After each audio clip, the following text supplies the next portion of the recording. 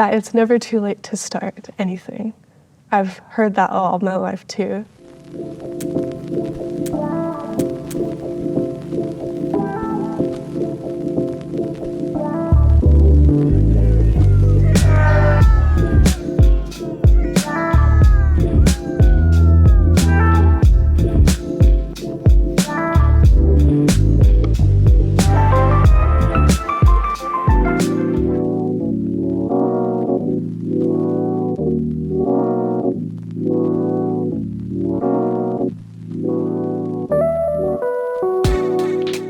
My name is Ellashani George. I go to the University of Victoria. My traditional names are Cowichan and Yogotale. On my mom's side, I come from Kwakwakwak, and on my dad's side, I'm Oneida Nation. Outrigging is a Tahitian sport. Mostly it's done widely in Hawaii, Samoa, Tahiti, New Zealand. It's just like paddling, but it's right now they're just big kind of carbon plastic canoes with an ama on the side, so there's like this thing hanging out. Have you seen Moana? I am Moana of Motunui. This is my canoe, and you will journey to different. She uses a canoe in Moana. It looks just like an outrigger when she's paddling, she's singing her song. And it's a lot similar to war canoe, but you sit higher. What or who inspired you to start canoeing? It was actually really funny. When I was 14, I had this group of friends who I just played Xbox with all the time. And one time I saw someone post about the canoe race schedule, and I asked her, I said, how do I get into this? And she said, oh, you can come paddle with us. And I was like, okay. Originally I was supposed to be on that crew, but my mom didn't know who they were, so she said no. And I was dancing at that time, so I danced for 10 years of my life.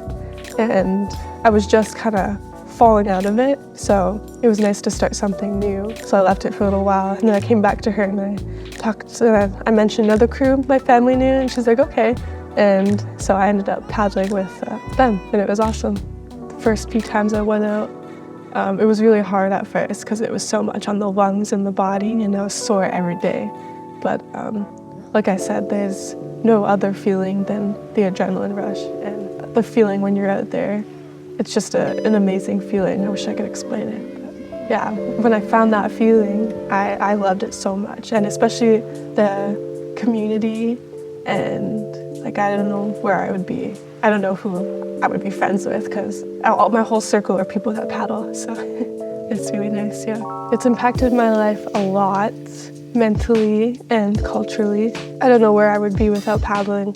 You don't feel anything when you're I've never felt anything I have before when I was paddling.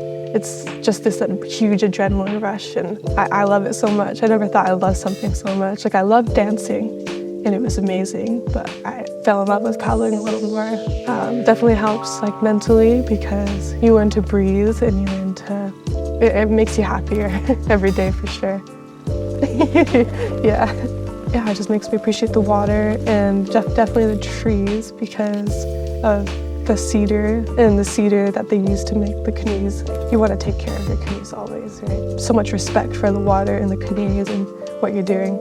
I actually did not like going outside at all before that. I wouldn't go for walks, I wouldn't. My parents took me up Suhalem one time, and we only went to the first lookout, and when we got back, it was 6 p.m. I was 10. I fell asleep until the morning. I never went up there again. And then now I'm running more, I'm going outside more, I'm appreciating the rain more, especially because I love running in the rain. Who has been your biggest support in your life? Definitely my mom. She has supported me in all my new endeavors, especially after paying for dance for 10 years. She was very supportive in my new passion for paddling. Soccer, she has gotten me to Samoa, she's gotten me to Halifax, she's gotten me to everywhere I went to, and I appreciate her so much for that, and she's so supportive. And my stepdad, George, he's done all that as well. They're just so supportive, and I couldn't thank them enough for that. What advice do you have for youth?